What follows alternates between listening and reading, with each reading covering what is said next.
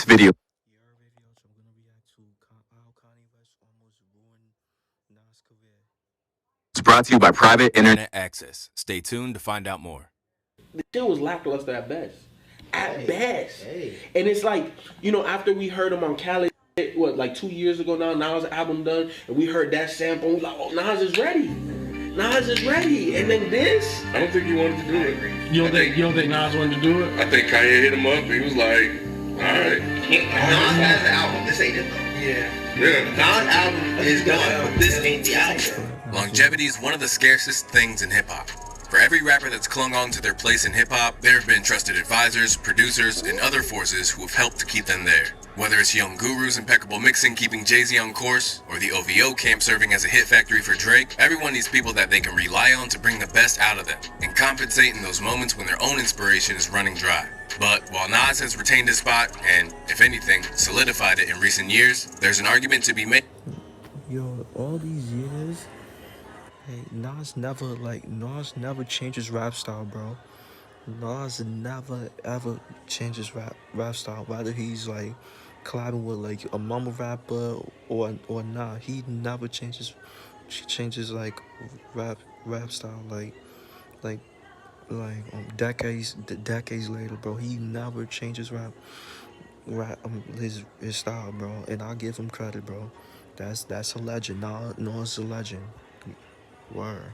That Kanye West Nearly torpedoed his glorious new era before it ever got off the ground. In fact, going one further, it could even be argued that Nas had to claw his way back into relevancy after entrusting a crucial moment in his career to such a divisive and easily preoccupied creative mastermind. In 2018, the news that Ye would be overseeing a new project from Nas was enough to send hip-hop purists into a frenzy. The idea of such a visionary producer teaming up with one of hip-hop's most profound and skillful lyricists was nothing short of fascinating. Particularly those who'd felt that the one long-standing obstacle in Nas's career has been his tendency to rap over trash beats. Soon, media outlets were breaking down and hypothesizing over... I mean, Nas, like, he didn't have the best beats, but it wasn't like trash and shit.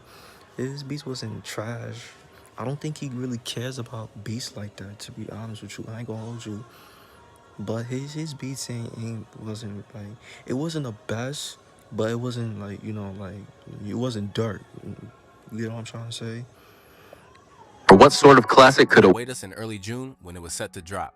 Instead, what we got wasn't just underwhelming, but considering that it was Nas's first project in 6 years, it placed his entire future as a legend in jeopardy.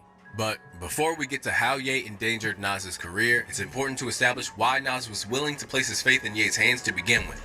Over the years, Kanye has cited Nas as his favorite rapper of all time, and was so indebted to Nas that once he became famous, Ye was willing to almost betray Hove, Nas's #1 rival at the time, by featuring Nas on We Major.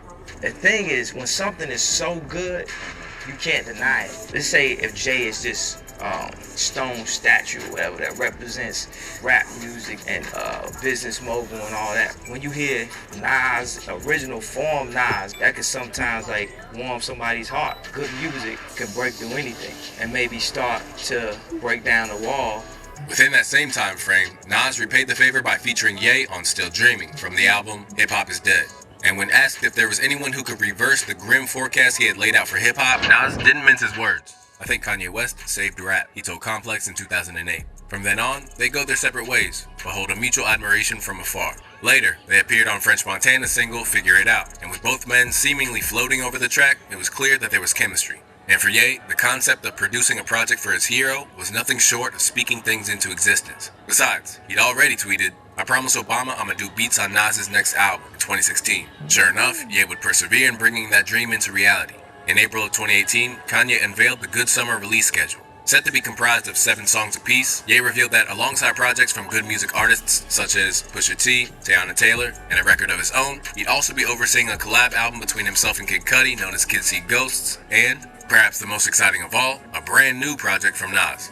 While this philosophy was sound, the first alarm bells should have rang when Kanye revealed that due to the nature of their creation at his home in Wyoming, the recording process wasn't going to be straightforward. We're trying new ideas without the fear of not being perfect. It's just a gut feeling sometimes, just making stuff with your friends.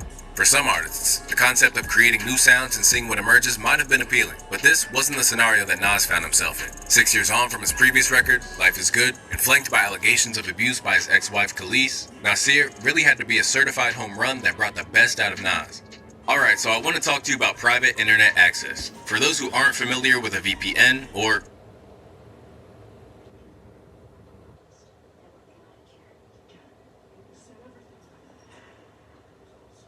that an artistic masterpiece, its release was plagued by delays, and when it did finally release, the overwhelming response was that it sucked, and ultimately sold both of these legends short. But, more crucially, Nas.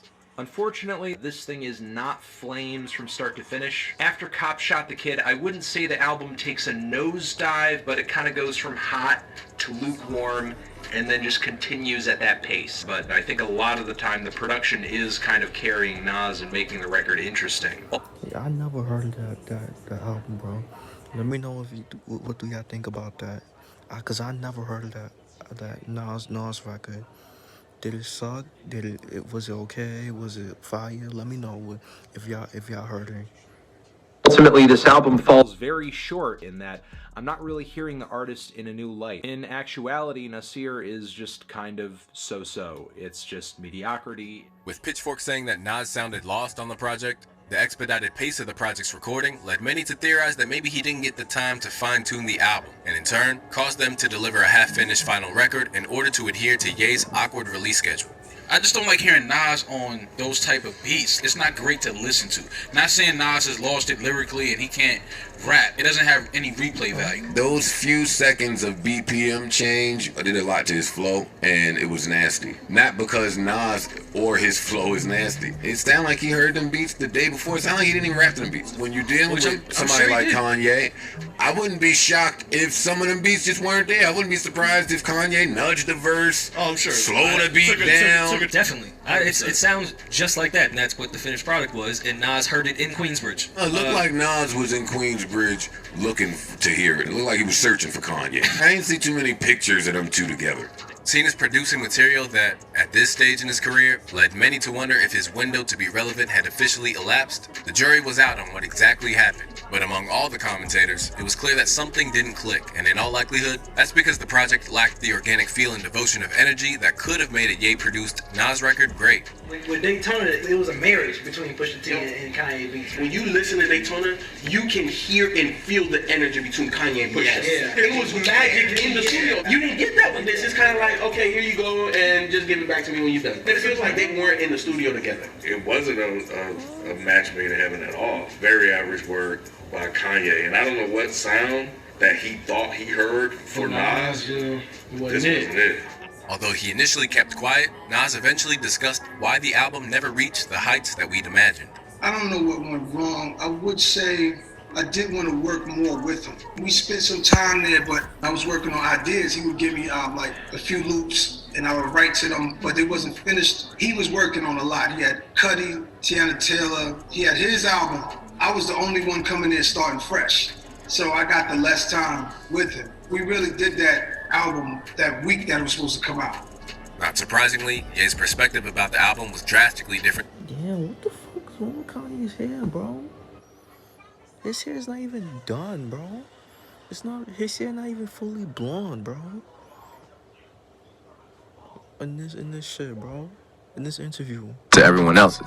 When I had an opportunity to do Nas's album, this person made Illmatic. People was bugged out because they was like, you didn't give him a better album than you gave yourself. He was one of my father figures. He was my brother.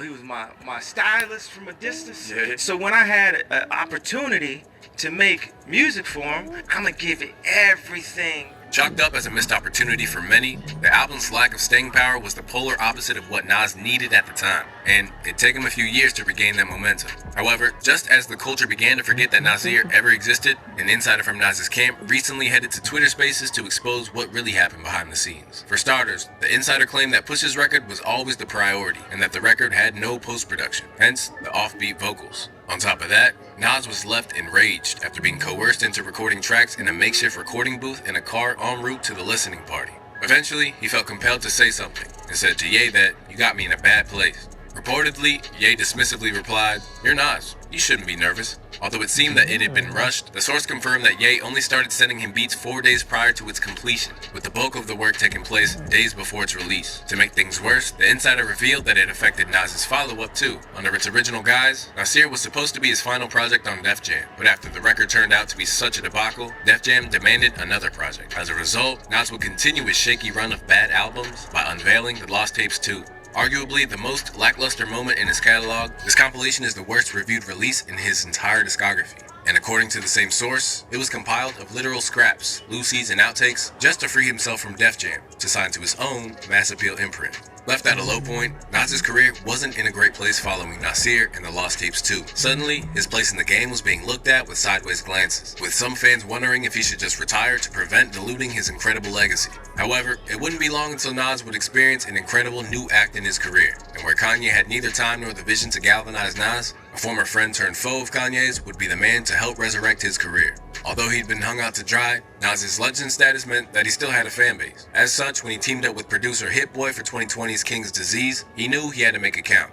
As we know now, the King's Disease trilogy and the standalone release of Magic have been some of the most well-crafted projects by any artist in recent memory, and has basically resuscitated Nas's career. And while Nas's ability on the mic was never in doubt, the difference is that after his self-confidence had taken a knock from the Kanye fiasco and other misfires, Hit Boy actively nurtured him in a way that Ye never could, by creating a boundaryless space for him to rediscover what makes him great. Hit changed that. He was more, say that. I say, what do you think about this? Oh, that's fire, say that. He kind of like pushed the confidence side. It was like, there is no mistakes. I'm over-critical, and I didn't have to do that. It wrote itself. It just came out. A lot of it was Hit pushing me. Suddenly given the environment to flourish, Nas soon nettled his first Grammy. At the same time, Hit Boy has reminded the world of the depths of his own talent, playing Quincy Jones to Nas's Michael. And where Ye was vilified for treating a legend so carelessly, Hit Boy has received nothing but praise for the care, attention, and focus that he's given to Nas.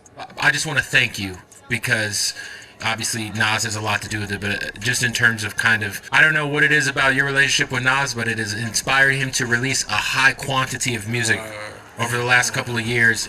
The fact we got Magic just as like a bonus last year was incredible. And that's what's motivational for me, and I would say him as well, is the fact that every time we drop a project, people are like, nah, this one better than the last one. So my thing is like, let's just keep leveling it up. He just motivated to make the music, and it's just strictly about that. In Hit Boy, Nas has found the yin to his creative yang, with the Cali producer energizing him in much the same way as producers such as Large Professor, DJ Premier, or Q-Tip did on Illmatic. Now riding high at the top of the game once more, Nas has all the world's eyes on him. And as much as it seemed like it was a match made in heaven, it's safe to say that it's no thanks to Ye's shoddy contribution to his catalog. In fact, where it once seemed like it was Ye that helped Nas find his way, it seems like it'd be more likely to be the other way around at this particular point. That's the very yeah, but let me know what y'all think about like this situation involving Nas and Kanye. But who y'all think is a better artist, bro? Like Nas or Kanye West, bro? Let me know down in the comment section. I'm curious to what y'all comment. Let me know. Yeah, make sure you like, comment, subscribe. Y'all know the vibes. Whoever's checking out, you are.